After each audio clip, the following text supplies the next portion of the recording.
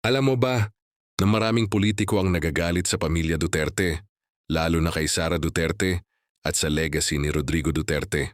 Bakit nga ba? Una, maraming politiko ang naaapektuhan sa kapangyarihan at influence ng Duterte family.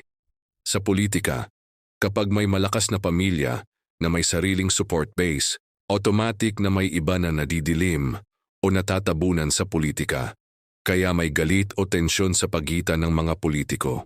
Pangalawa, may ilang kontrobersya sa estilo ng pamumuno.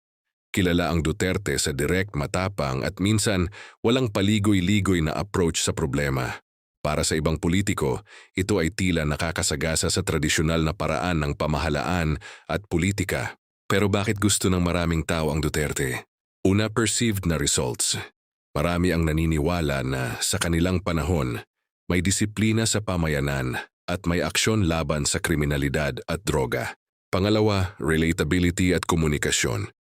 Maraming Pilipino ang nakikita si Duterte at ang kanyang anak bilang tapat sa mensahe, hindi paligoy-ligoy, at madaling maintindihan ang intensyon.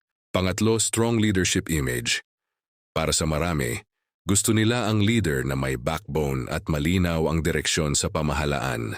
Sa madaling salita, gusto ng masa ang Duterte dahil sa perceived efficiency at clear messaging, habang galit ang ibang politiko dahil sa competition sa kapangyarihan, influence at politika.